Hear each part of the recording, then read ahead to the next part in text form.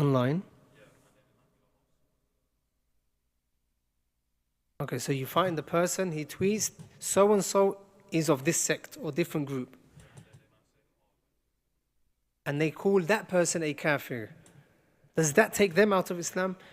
La, it doesn't take them out of Islam, like they have committed a major sin. If it is not true.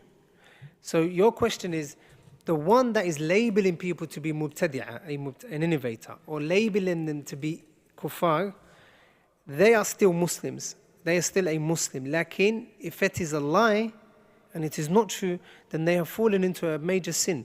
The Prophet ﷺ said, من قال لأخيه يا كافر فقد باء بها أحدهما فقد باءت بها يعني this kufr has come back to one of them. So one of them is a kafir. Although the one that is coming back to, the scholars say, is minor kufr. Lakin it is not permissible to call other people kuffar, Muslim, mubtadi'ah, hizbi, and so on, especially for students of knowledge.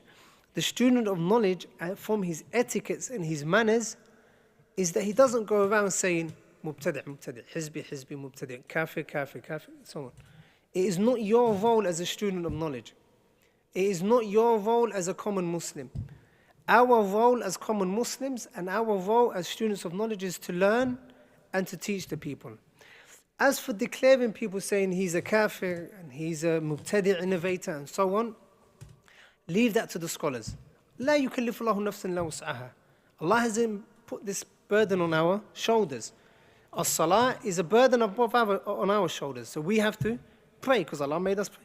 Lakin as for what this person is declaring them to be a kafir or Muslim, so that's the role of the scholars and those people that are well versed and have knowledge in that field. So we shouldn't do so.